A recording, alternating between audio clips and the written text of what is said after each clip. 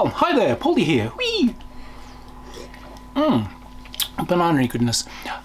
So I wanted to talk to you today about a game that's been a steady favourite of the games community for, oh my goodness, 40 years.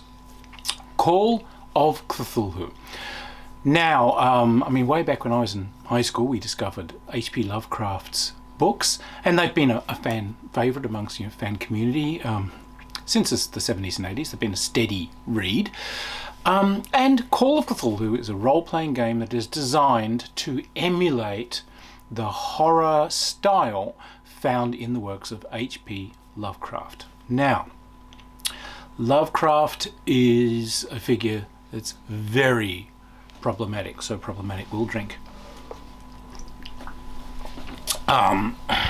Sheltered as hell, unspeakably racist, and with a series of his own psychoses that could have kept Freud busy for decades. But what he did was create a sort of a cosmos of horror where to him the essence of horror is disjointment from the expected universe. The worst type of horror is to be fractionated away from your expectations of how the universe runs. So this was actually an interesting theme to do for a game, because yes, there is horror, that's easy to do. Body horror, monsters, chest bursters, these things can all be done. But this idea of the mind breaking, of sanity and insanity, of discovering something so completely away from your ability to comprehend, so far out of your paradigm of how the universe works that somehow it busts your mind. This is the task before the game designers, and they did a job that's been solid enough to have withstood 40 odd years of games play. So bouncing off from the success of RuneQuest, good old Chaosium decided that they would venture out and begin doing Call of Cthulhu. They took the same bones that RuneQuest had, a D100 system that was going to be skill driven. Your skill is a number, you've got to generate numbers on percentile dice, roll that number or less. They put in percentiles and so on. However, they decided they would simplify it, so no hit locations and so on, general hit points, and weapons and so on will carve off your hit points. They did have a mechanism that already worked quite well in RuneQuest for the characteristic called power, and this had represented magical power and also your strength of will when things like spirits are trying to take you over and possess you. Okay, so they didn't need to modify the bones of their system there that much. So, the classic setting for Call of Cthulhu is 1920s, because this is when good old HPL was setting most of his books. He was writing contemporary to himself.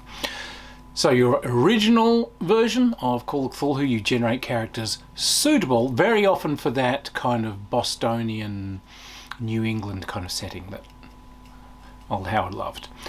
So, instead of being mighty warriors and wielders of axes and, special forces or whatever, one tends to generate people who are antiquarians, librarians, professors, researchers, investigative reporters, the sort of people that can be drawn into these investigations and so on. So the kind of skills that are useful to you in a Call of Cthulhu game might not be, axe murdering, hitting things with chainsaws and, setting fire to the widows and orphans 101. It'll be library research. It will be perception. It will be esoteric pieces of knowledge. It will be knowing bits of mythology and so on.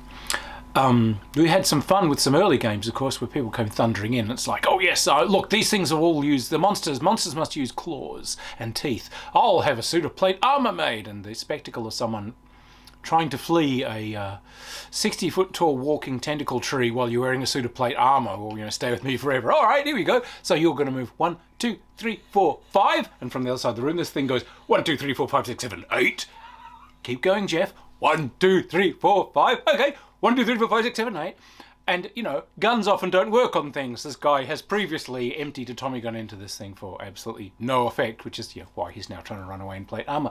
So the traditional role-playing thing of, I hit it with my axe, that's probably not going to work. You know, these are investigative. You've often got to find some way of turning these things around, find the way of, you know, bringing forth the symbol or throwing back to its nethermost realm the horrible thing that has been extruding pseudopods through into this reality. So, now, Lovecraft's mythos was built upon by many later writers, and Call of Cthulhu did a good job of bringing these into the fold. So people kind of extended that mythos and added gods and creatures and so on to it. So this is all in there, the whole extended cosmos. And, you know, oh, well done, lads.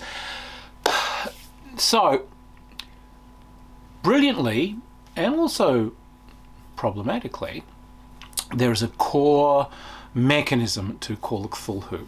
This is the Sanity Mechanism. And this mechanism is used to see, oh, does your brain fracture from seeing nethermost blees? So, okay, fair enough. This is simulating the literature that we are dealing with here.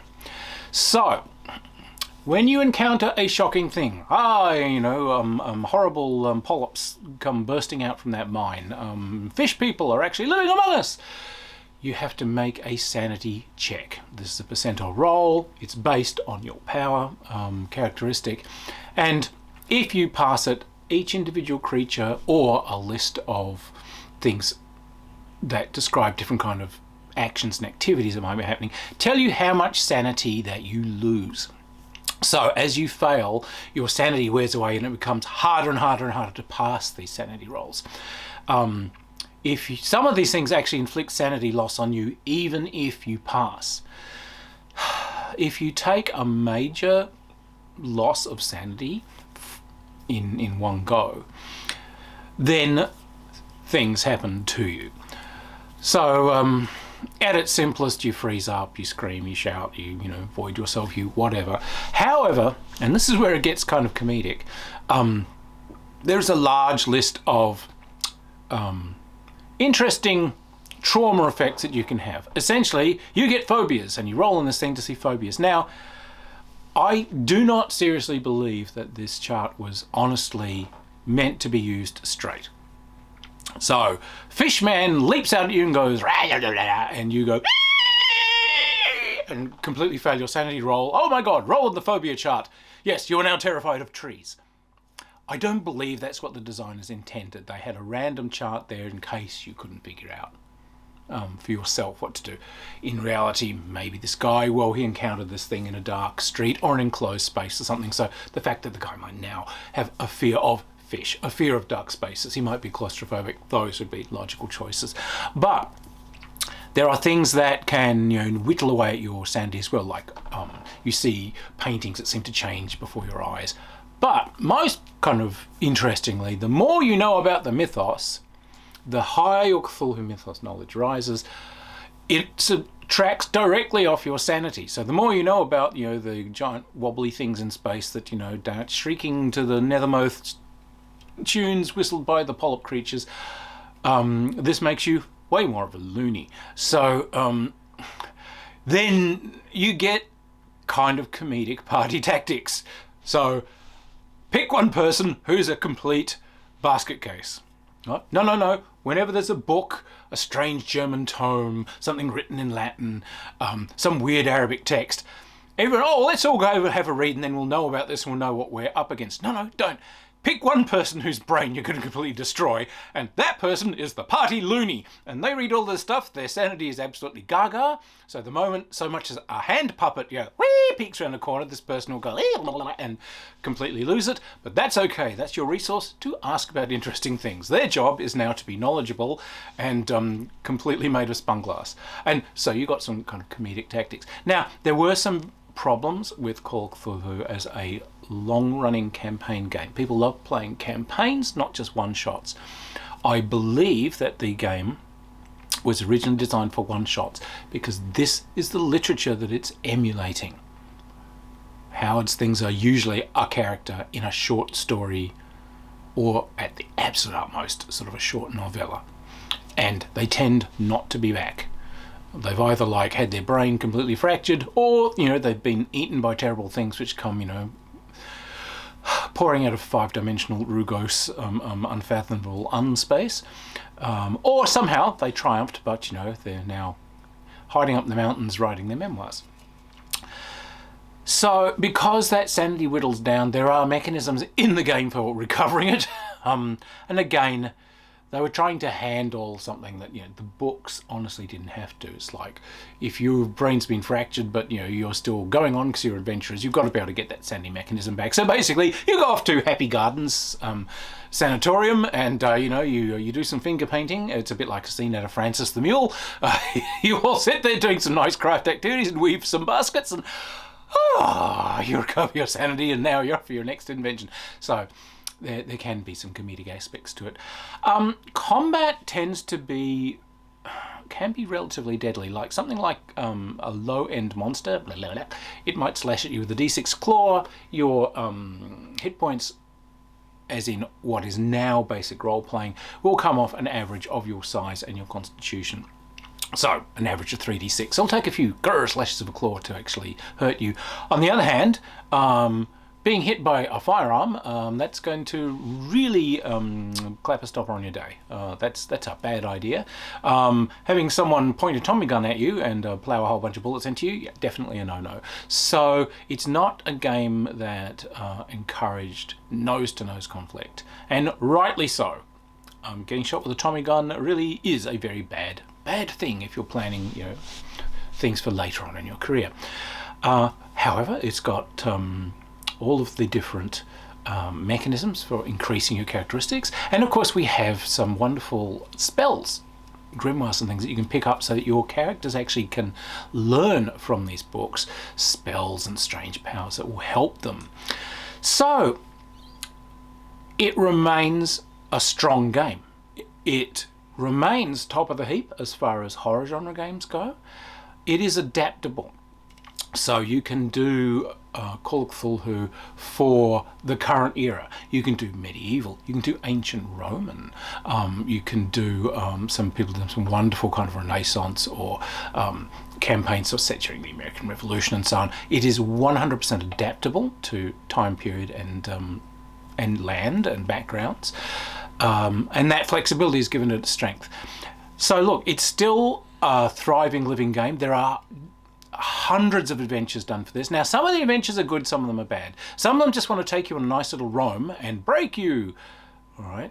Don't break you. But some of them do actually give you a problem that you can solve by being witty and clever and actually getting in there. And it's easy to cook up adventures for this, and there are some long campaigns done, like the Orient Express campaign and so on, which have some. You'll find them on the Chaosium website. They've got some excellent props and player handouts and things like that. These adventures are often a joy to run because you'll make bits of letters that people will find and scribbles and all sorts of things. It's a really good fun game to do. So look, if you played it way back in the day, it's still out there. There are new editions. Don't worry if you haven't got the latest edition. What they've really done is just reprinted the same rules. It hasn't been revamped. It hasn't been kind of modernized to an extent where your old rules don't work. It's the same rules. They've just laid them out better. But all editions work. If you've never played Call of Cthulhu, if you get the opportunity to get into like a one-shot, absolutely do it, because they're an absolute riot. And they can lead into some campaigns that will be memorable. Call of Cthulhu games actually, when they're well done, can scare the living daylights out of the players and at least give everyone heaps of fun that will be remembered for decades to come. So get out there, get playing, and cheers everybody. Bye.